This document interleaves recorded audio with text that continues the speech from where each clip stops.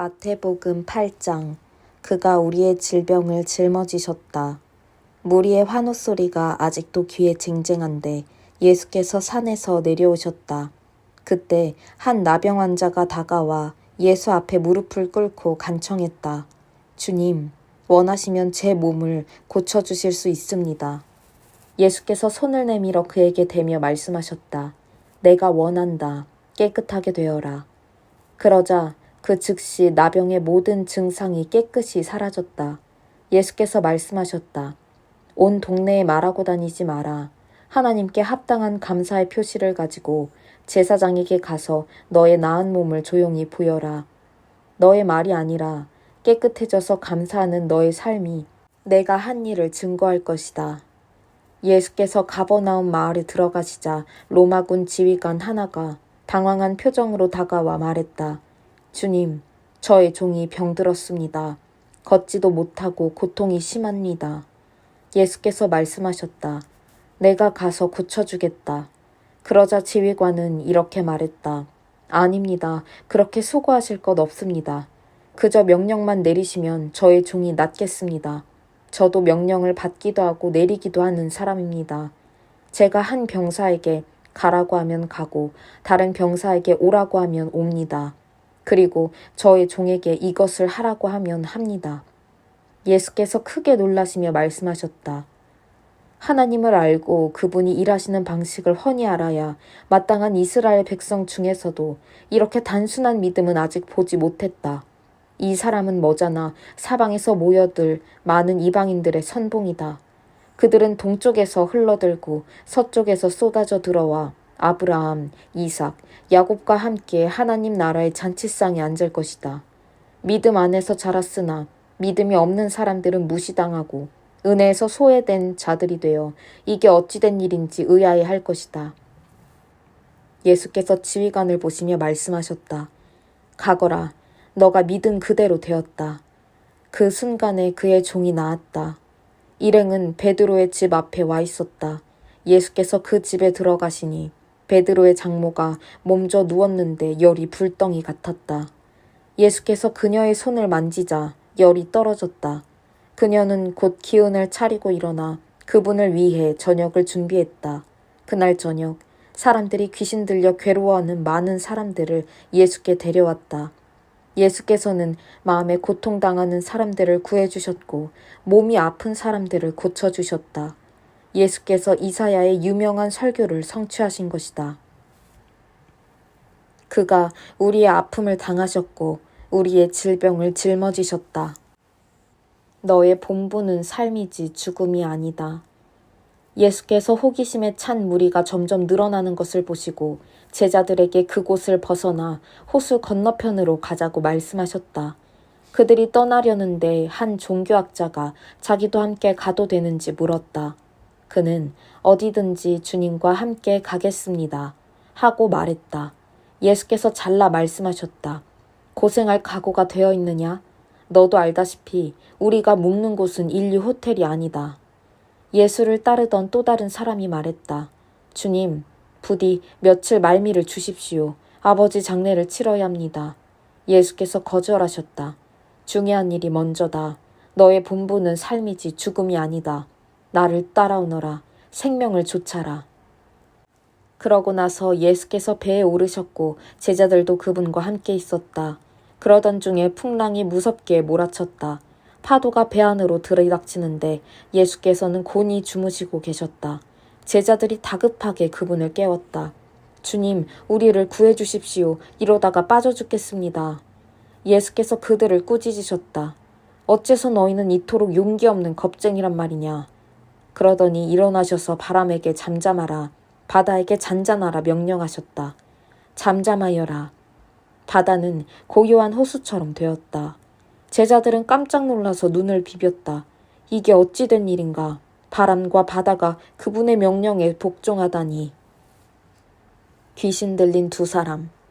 가다라 지방에 내린 일행은 미친 사람 둘과 마주쳤다. 그들은 묘지에서 나왔는데 두 사람 모두 귀신의 피해자였다. 그들이 너무 오랫동안 그 지역을 공포에 몰아넣었던 터라 그 길로 다니는 것을 모두가 위험하게 생각했다. 그들이 예수를 보더니 소리질렀다. 무슨 일로 우리를 힘들게 합니까? 당신은 하나님의 아들입니다. 당신은 아직 여기에 올 때가 아닙니다. 저만치 멀리서 돼지떼가 땅을 파헤치며 먹을 것을 찾고 있었다. 악한 귀신들이 예수께 애걸했다. 우리를 이 사람한테서 내쫓으시려거든 돼지들 속에 들어가 살게 해주십시오. 예수께서 말씀하셨다. 좋다. 여기서 나가거라.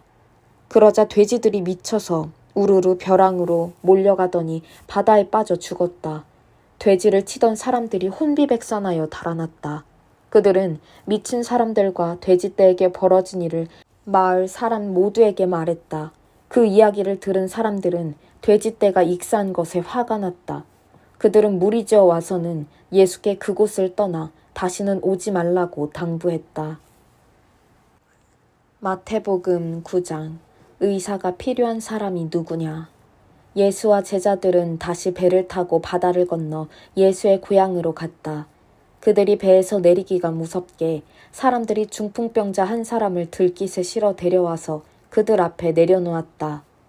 그들의 담대한 믿음에 감동하신 예수께서 중풍병자에게 말씀하셨다.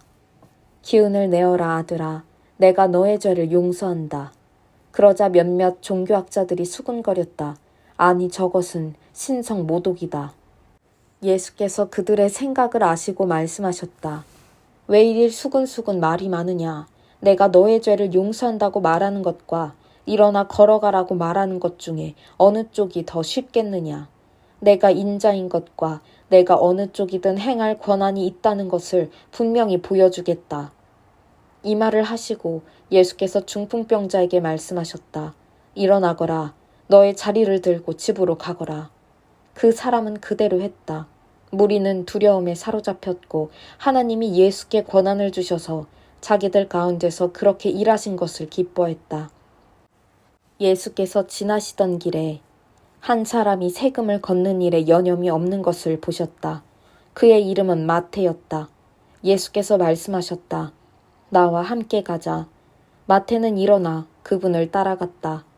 나중에 예수께서 자신을 가까이 따르는 이들과 함께 마태의 집에서 저녁을 드실 때에 평판이 좋지 않은 인물들이 많이 와서 한데 어울렸다.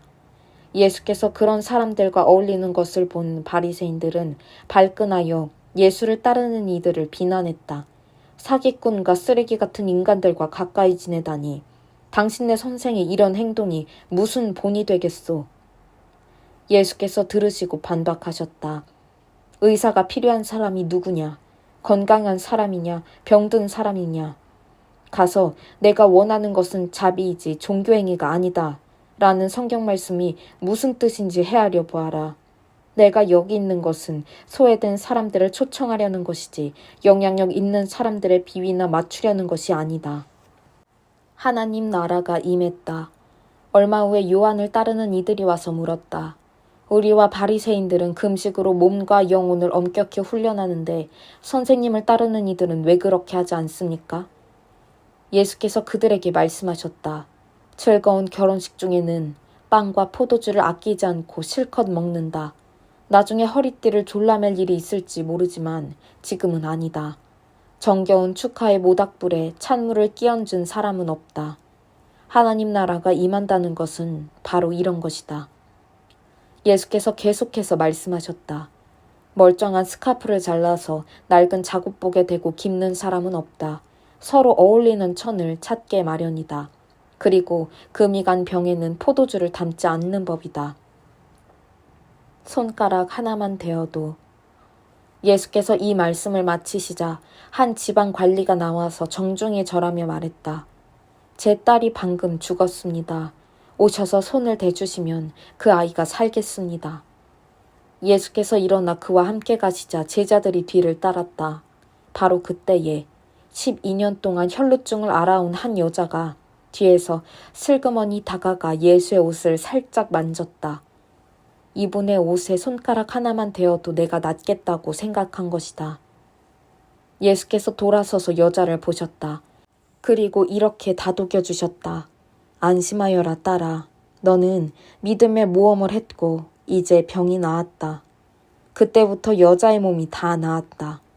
어느새 그들은 지방관리의 집에 도착해 이야깃거리를 찾는 입방아꾼들과 음식을 나르는 이웃들 사이를 헤치고 지나갔다. 예수께서 불쑥 말씀하셨다. 모두 비켜라. 이 소녀는 죽지 않았다. 자고 있다. 그들은 저가 알지도 못하면서 저런 말을 한다고 했다. 예수께서 무리를 보내시고 안에 들어가셔서 소녀의 손을 잡고 일으켜 세우셨다.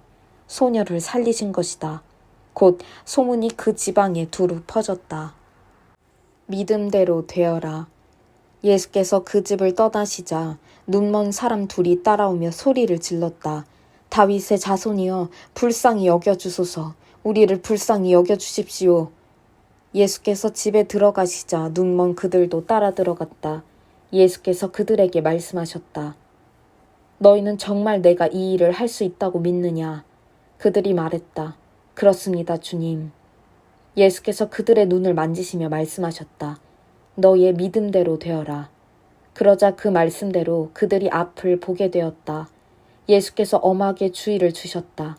이 일이 어떻게 일어났는지 아무에게도 알리지 마라. 그러나 그들은 문을 나서기가 무섭게 만나는 사람마다 그 일에 대해 떠들어대기 시작했다. 눈먼 사람들이 나가자마자 사람들이 악한 귀신이 들려 말 못하는 사람을 예수께 데려왔다. 예수께서 괴롭히는 악한 귀신을 쫓아내시자 그 사람은 마치 평생 말을 해온 사람처럼 즉시 말문이 술술 트였다. 사람들이 일어서서 박수갈채를 보냈다. 여태까지 이스라엘에 이런 일은 없었다. 바리새인들은 흥분해 중얼거렸다. 속임수다. 속임수에 불과하다. 아마 마귀와 짜고 한 일일 것이다. 그 후에 예수께서 모든 성읍과 마을을 두루 다니셨다. 그분은 회당 곳곳에서 가르치시고 천국 소식을 알리시고 병든 사람과 상한 심령들을 고쳐주셨다. 목자 없는 양처럼 정처 없이 헤매고 있는 무리를 바라보시는 그분의 마음이 무너져 내렸다.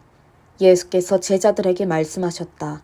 추수할 것이 이토록 많은데 일꾼은 얼마나 적은지 추수할 일손은 달라고 무릎을 꿇고 기도하여라. 마태복음 10장 12명의 추수할 일꾼. 그 기도는 곧 응답되었다. 예수께서 자기를 따르는 사람들 가운데 12명을 불러 무르익은 밭으로 보내셨다. 그분은 그들에게 악한 귀신을 쫓아내는 능력과 상한 심령들을 자상하게 돌보는 능력을 주셨다. 예수께서 보내신 12명의 이름은 이렇다. 시몬, 사람들은 그를 베드로, 곧 바위라고 불렀다. 그의 동생 안드레, 세베대의 아들 야고보, 그의 동생 요한, 빌립, 바돌로메, 도마, 세금 징수원 마태, 알페오의 아들 야고보, 다데우, 가나안 사람 시몬, 가룟 유다, 나중에 그분에게 등을 돌린 자다. 예수께서 12명의 추수할 일꾼을 보내시며 이렇게 당부하셨다. 믿지 않는 자들을 회심시키려고 먼 곳부터 다니지 마라. 공공연한 적과 거창하게 싸우려 들지도 마라. 바로 여기 가까이 있는 잃어버린 사람들, 혼란에 빠진 사람들한테 가거라. 그들에게 하나님 나라가 여기 있다고 말하여라. 병든 사람에게 건강을 되찾아주고 죽은 사람들을 다시 살려주어라. 버림받은 사람들을 만져주어라. 귀신을 쫓아내어라. 너희가 후한 대접을 받았으니 너희도 후하게 살아라. 시작하기 전에 모금 행사를 벌여야겠다고 생각하지 마라. 너희에게 많은 준비가 필요 없다. 너희 자신을 준비하여라. 하루 세 끼 먹을 것만 있어도 너희는 이 일을 계속할 수 있다. 짐을 가볍게 하고 다녀라. 어떤 성읍이나 마을에 들어가거든 굳이 고급 여관에 묵지 마라. 수수한 사람들이 사는 적당한 곳을 찾아가 떠날 때까지 그곳으로 만족하여라. 문을 두드릴 때는 정중히 인사하여라. 그들이 너희를 맞아들이거든 예의 바르게 이야기를 나누어라. 너희를 맞아들이지 않거든 조용히 떠나라. 소란 피울 것 없다. 무시해버리고 너희의 길을 가면 된다. 심판날에 그들은 틀림없이 크게 후회하겠지만 그것은 지금 너희가 신경 쓸 일이 아니다. 늘 정신을 바짝 차려라. 내가 너희에게 맡기는 일은 위험한 일이다. 너희는 이리떼 속을 달려가는 양과 같으니 너희에게 시선이 쏠리지 않게 하여라. 뱀처럼 영리하고 비둘기처럼 순수하여라. 세상을 몰라서는 안 된다. 어떤 사람들은 너희의 동기를 비난할 것이고 어떤 사람들은 너희의 평판을 더럽힐 것이다. 단지 나를 믿는다는 이유만으로 그렇게 할 것이다. 그들이 너희를 법정으로 끌고 가더라도 당황하지 마라. 그들은 자기도 모르게 너희와 나에게 호의를 베푼 것이다. 너희에게 천국 소식을 전할 무대를 만들어준 것이다. 그때 무엇을 말할지 어떻게 말할지 걱정하지 마라. 꼭 맞는 말이 떠오를 것이다. 너희 아버지의 영이 필요한 말을 주실 것이다. 너희가 전하려는 분이 자기들 기분이나 맞춰주는 어떤 우상이 아니라 살아계신 하나님임을 알게 된다면 사람들은 너희를 대적할 것이다. 심지어 너희 가족들도 그럴 것이다. 큰 사랑을 선포했는데 그처럼 큰 미움을 맛보게 되다니 얼마나 업처구니 없는 일이냐. 그러나 포기하지 마라. 굴복하지 마라. 마지막에 가면 그 가치를 알게 될 것이다. 이런 일이 벌어질 때 너희가 구할 것은 성공이 아니라 생존이다. 살아남는 자가 되어라. 더 이상 어쩔 수 없는 상황에 이르기 전에 인자가 올 것이다. 학생이 선생보다 더 나은 책상을 쓸 수 없다. 사원이 사장보다 돈을 더 벌지 못한다. 너희는 내 학생이요 내 추수할 일꾼이니 나와 똑같은 대접을 받거든 만족하여라. 아예 기뻐하여라. 그들이 주인인 나를 똥 묻은 화상이라고 부르는데 일꾼들이야 더 무엇을 바라겠느냐. 겁먹지 마라. 언젠가는 모든 것이 밝혀져 모든 사람이 일의 진실을 알게 될 것이다. 그러니 드러내놓고 진리를 말하기를 주저하지 마라. 괴롭히는 자들이 허세를 부리며 위협한다고 해서 침묵해서는 안 된다. 그들이 너희 존재의 중심인 너희 영혼에 할 수 있는 일이란 아무것도 없다. 너희는 너희 삶 전체, 몸과 영혼을 그 손에 붙잡고 계시는 하나님만 두려워하면 된다. 내 편에 서라. 애완용 카나리아의 값이 얼마더냐. 푼돈이 아니냐. 그러나 하나님은 그 새에게 일어나는 일을 너희가 신경 쓰는 것보다 더 신경 쓰신다. 그분께서 너희에게는 더 정성을 쏟으신다. 세세한 것까지 일일이 돌보시며 심지어 너희의 머리카락까지 다 세신다. 그러니 괴롭히는 자들의 이런저런 말에 겁먹지 마라. 너희는 카나리아 수백만 마리보다 더 귀하다. 세상의 여론에 맞서 내 편을 들어라. 그러면 나도 하늘에 계신 내 아버지 앞에서 너희 편을 들 것이다. 너희가 겁이 나서 달아난다면 내가 너희를 감싸줄 것 같으냐? 내가 삶을 편안하게 해주려고 왔다고 생각지 마라. 나는 갈라서게 하려고 왔다. 아들과 아버지, 딸과 어머니, 며느리와 시어머니 사이를 분명하게 갈라서게 하려고 왔다. 가족 간의 편안한 인연을 갈라놓아서 너희로 하여금 하나님을 위해 자유롭게 되게 하려고 왔다. 좋은 뜻을 가진 너희 가족이 최악의 원수가 될 수 있다. 나보다 자기 아버지나 어머니를 더 좋아하는 사람은 내게 합당하지 않다. 나보다 아들이나 딸을 더 좋아하는 사람은 내게 합당하지 않다. 물불을 안 가리고 끝까지 나와 함께 가지 않는 사람은 내게 합당하지 않다. 너희의 1차 관심사가 자신을 챙기는 것이라면 너희는 절대로 자신을 얻지 못할 것이다. 그러나 너희 자신을 잊어버리고 나를 바라보면 너희 자신과 나 둘 모두를 얻을 것이다. 이 추수하는 일에 우리는 긴밀히 얽혀 있다. 누구든지 너희가 하는 일을 받아들이는 사람은 너희를 보낸 나를 받아들이는 것이다. 누구든지 내가 하는 일을 받아들이는 것은 나를 보내신 내 아버지를 받아들이는 것이다. 하나님의 심부름꾼을 받아들이는 것은 하나님의 심부름꾼이 되는 것이나 마찬가지다. 누군가의 도움을 받아들이는 것은 누군가에게 도움을 베푸는 것이나 다름없다. 내가 너희를 부른 일은 큰 일이지만 주눅들 것 없다. 작게 시작하는 것이 최선의 방법이다. 이를테면 목마른 사람에게 냉수 한 잔을 주어라. 베풀거나 받는 지극히 작은 일로 너희는 참된 제자가 된다. 너희는 단 하나도 잃지 않을 것이다.